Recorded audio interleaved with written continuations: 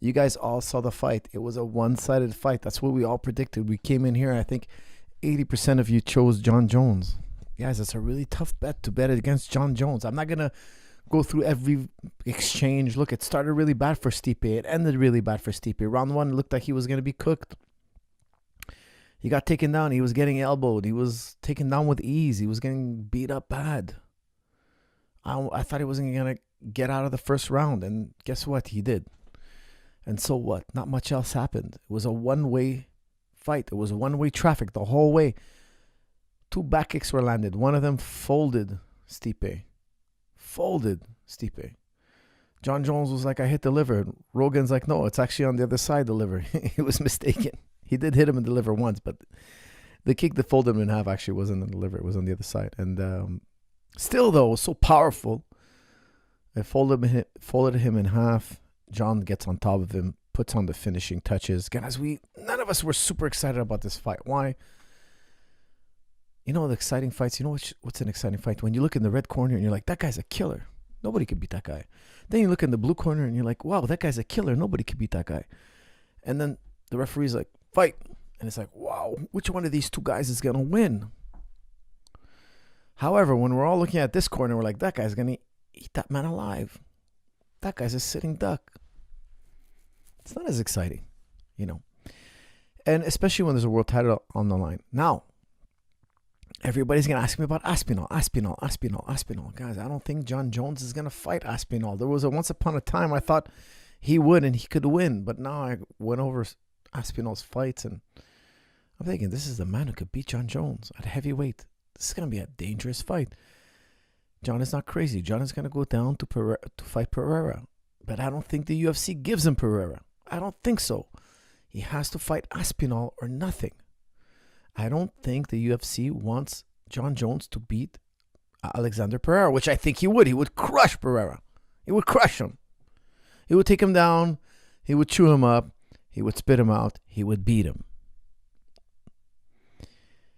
I don't think the UFC wants that. I think they're going to protect Pereira. Why? Because we've seen Jon Jones. Jon Jones has sold as many pay-per-views as he's gonna do. That's it.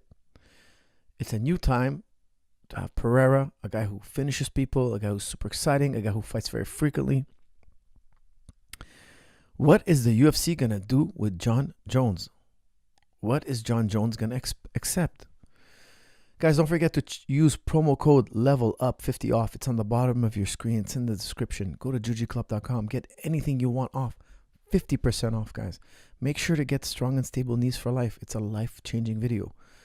Bulletproof your knees. Make your knees super, super strong and resilient. I can't stand seeing another guy pop his knee, break his knee.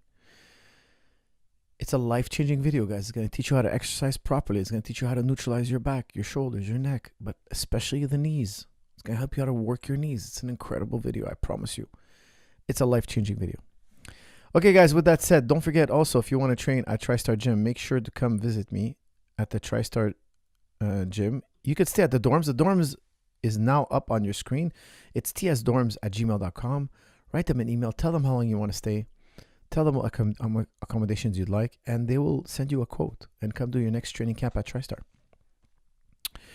Okay, guys, I'm doing always super chats and non-super chats. I'm not going to stay on this fight for long because it's what we expected it to be. A one-way fight. It was one-way traffic the whole way. Stipe never got anything off. He never hurt Jon. Never had Jon in trouble. He never got Jon in a bad position. He never established any type of dominance whatsoever. After the performance, I think people will be shocked how easily Tom beats Jon if they ever fight. First or second round finish. Too fast, too big. That's from Sean Kovarik. Sean, I think you're very right. I think he could be the man who beats Jon Jones and finishes Jon Jones. I don't think anybody could last more than 2 rounds with Aspinall. Nobody in the world. Now, pound for pound, that would be a different story. But the fact that he's the biggest man the biggest, strongest guy in the world, heavyweight, I don't know if anybody could ever beat him. A lot of people are saying Miocic is the greatest heavyweight of all time. No, he's not. Okay, he was a great heavyweight. He was the greatest heavyweight of all time. Then Ngannou dethroned him. Ngannou proved to be the greatest heavyweight of all time. And now, in my mind, unofficially, of course, it's Tom Aspinall, the greatest heavyweight of all time. I don't think Jon beats him. Honestly, I don't think. Especially the way he's ducking him, the way I see he doesn't want to fight him. Very unlike Jon Jones. Very much unlike Jon Jones. But also, Jon is winding down his career. He's probably not interested in training, for a mega fight like that. It's probably just too risky. Very possible he gets his lights put out. Aspinall does have an awkward style. Aspinall is a very dangerous guy. If you review his fights, it's actually incredibly impressive. I don't think anybody beats him. Not for the near future. Nobody beats Aspinall. Forget Jon Jones or anybody. Miocic, Ngannou, any of them. Nobody beats him. Okay, guys, let's talk about also Bronx versus Michael Chandler. Guys, what can I say? Oliveira, he's improved, man. He looked amazing. He out-wrestled Michael Chandler. That was very shocking. Like, I thought it was going to be a barn burner, and it was. I thought it was going to be, the Wild Wild West in that octagon, in that fight, and it was. It was a lot of back and forth. It was seesaw in the fourth round, but everything else, other than the fourth round, or I think it was the fifth. No, it was the fourth. I believe it was the fourth. Michael Chandler finally got on top. He finally started doing some damage. It actually looked like he could finish the fight. He was hitting Oliveira with these hammer fists. A lot of them were hitting behind the head. I mean, so many people were complaining. Michael's holding the fence more than once. Michael's poking. Michael's scratching. Michael's hitting his opponent behind the head. Still, it was a dominant win by Oliveira.